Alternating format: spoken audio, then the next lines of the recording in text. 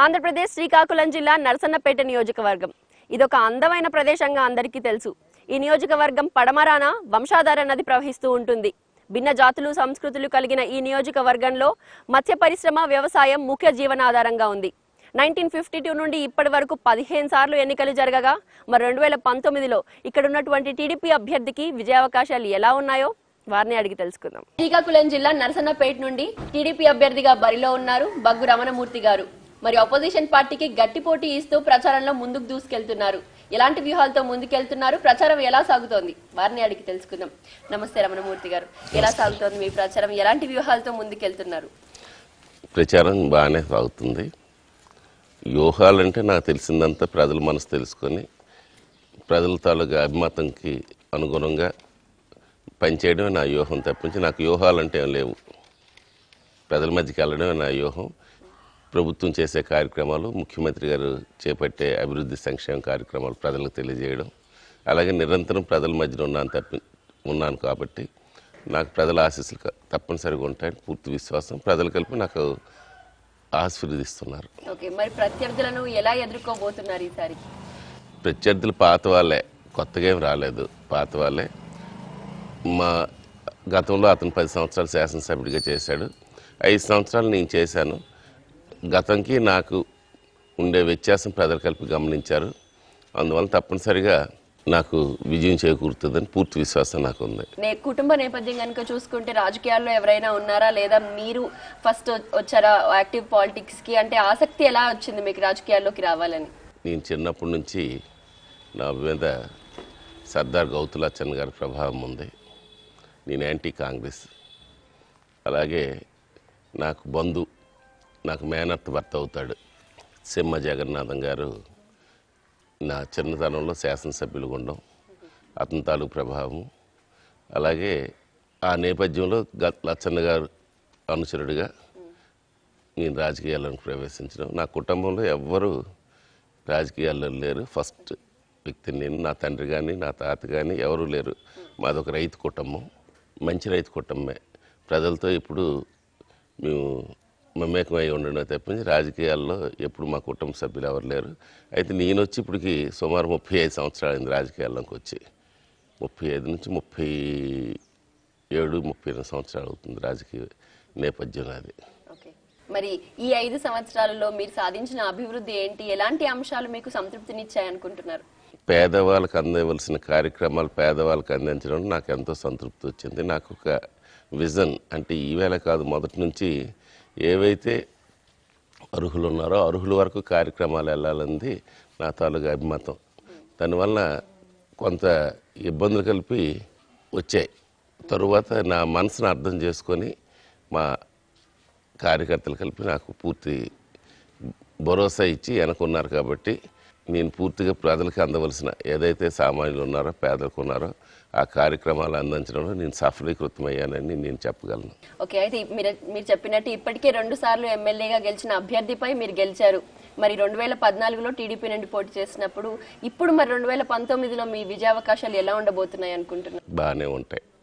తప్పనిసరిగా ప్రజలు నాకు ఆశీర్వదిస్తారు. మా అధినేత, మన ముఖ్యమంత్రిగా ఉండే చంద్రబాబు నాయుడు చేసే అభివృద్ధి సంక్షేమ కార్యక్రమాలను నాకు గెలిపిస్తాయి. అలాగే నేను నిత్యం ప్రజల్లో ఉండడం, ప్రజలతో మమేకం అవ్వడం, మరి ఎవరైతే అర్హులు ఉన్నారో అర్హుల వరకు ఈ కార్యక్రమాలు తీసుకెళ్లడంలో నేను కానీ నా తోటి కార్యకర్తలు కానీ సక్సెస్ అయ్యాం. అదే మా విజయానికి సోపానం. ఇక్కడ వ్యవసాయం కోసము వంశాధార నది మాత్రమే ఉంది. మరి దాని ఆధునీకరణ పనులు ఎంతవరకు పూర్తి చేశాను అనుకుంటున్నారు? నేను ఎన్నికయ్యాక ఓపెన్ హెడ్ ఛానల్ సిస్టమ్స్, అలాగే వంశధార ఏవైతే బ్రాంచ్ కెనాల్స్ ఆధునీకరణ పనుల్ని శాంక్షన్ చేయించి టెండర్స్ పిలిచి వర్క్ స్టార్ట్ చేసాం. అది 65% అయింది. అంటే కాంట్రాక్టర్ తాలూగా కొంచెం నెగ్లిజెన్సీ వలన అనుకున్నంత ఫాస్ట్ చేయలే. అయినప్పటికీ 65% చేసినప్పటికీ చాలా వరకు సాగునీరు మరి పంట పొలాల వరకు తేగలిసాం. ఇప్పుడే స్టార్ట్ చేశాడు, నేను తిరుగుతుంటే చూస్తాను.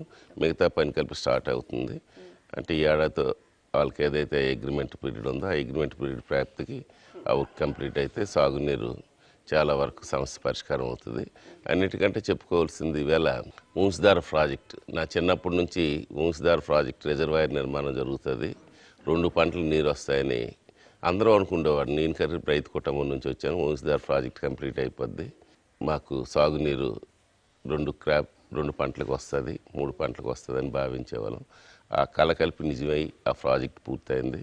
అది ఎంతో రైతుగా, శాసనసభ్యుడిగా ఎలాగా ఉంటుంది, రైతుగా కలిపి నేను ఒక ఆనందాన్ని, అనుభూతిని పొందుతున్నాను. వచ్చే ఏడాది నుంచి మాకు మా ప్రాంతానికి మ్యాక్సిమం నా కాన్స్టిట్యున్సీలో 86,000 ఎకరాలకి సాగునీరు సమస్య పరిష్కారం, శాశ్వత పరిష్కారం దొరికిందని నేను చాలా సంతోషంగా ఉన్నాను. అలాగే నౌతుల దగ్గర ఒక ఎత్తిపోతల పథకం కలిపి ముఖ్యమంత్రి గారు శాంక్షన్ చేశారు. ఆ పని కలిపి కంప్లీట్ అయిపోయింది. అది 24 కోట్లతో ఆ పనులు కలిపి కంప్లీట్ అయిపోయింది. ఓపెనింగ్కి సిద్ధంగా ఉంది. కోడ్ వాళ్ళని ఓపెన్ చేయడం లేదు. అలాగే చిన్న చిన్న మినీ ఎత్తిపోతల పథకాలు కలిపి నా కాన్స్టిట్యున్సీకి తేవడం జరిగింది. మడపాము ఒకటి, అలాగే ప్రతిపాదన దశలో లుకలాంకు ఒకటి ఉంది.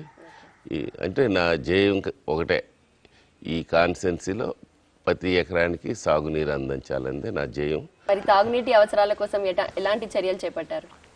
తాగునీటి అవసరాల కంటే శ్రీమొక్కలింగం దగ్గర ఫస్ట్ 28 కోట్లతో 65 గ్రామాలకు సంబంధించి మంచినీటి పథకాన్ని ఫౌండేషన్ స్టోన్ వేసి పనులు అవి శరవేగంతో జరుగుతున్నాయి.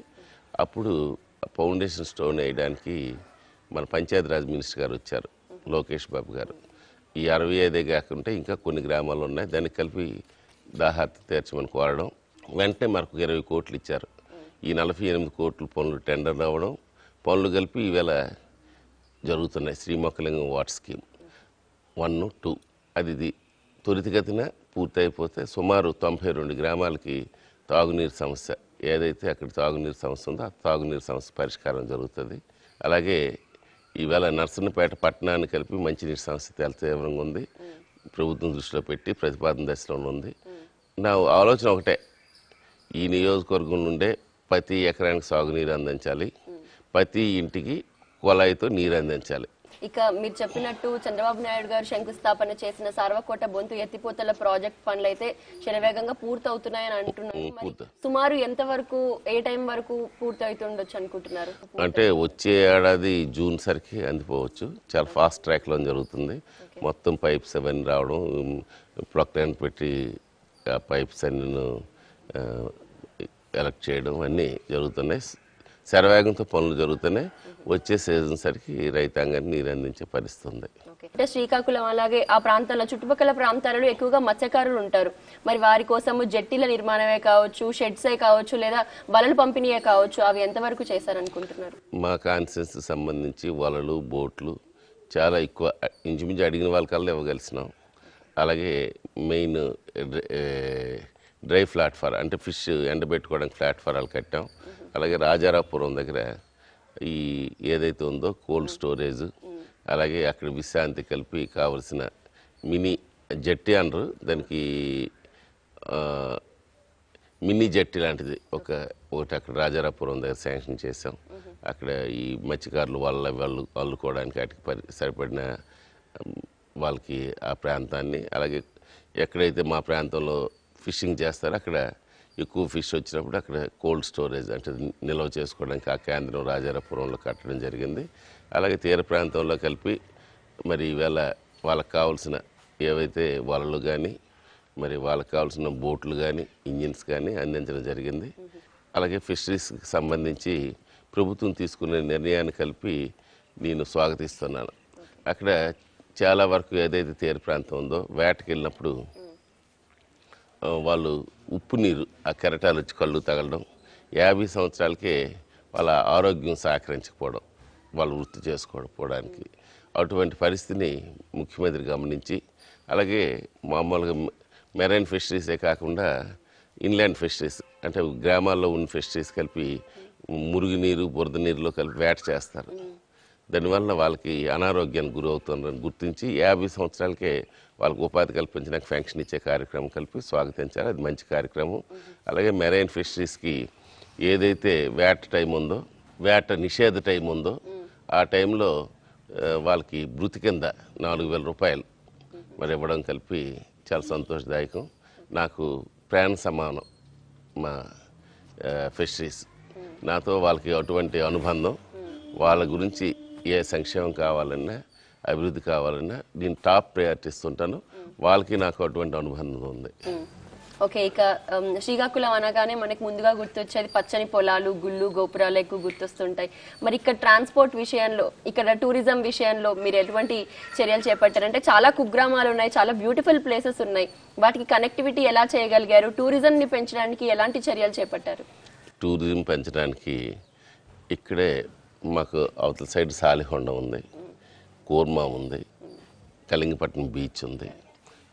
మా ప్రాంతం నుంచి వెళ్ళాలంటే అక్కడికి వెళ్ళాలంటే సుమారు 50-60 కిలోమీటర్లు చుట్టూ తిరిగి వెళ్ళవలసిన పరిస్థితి.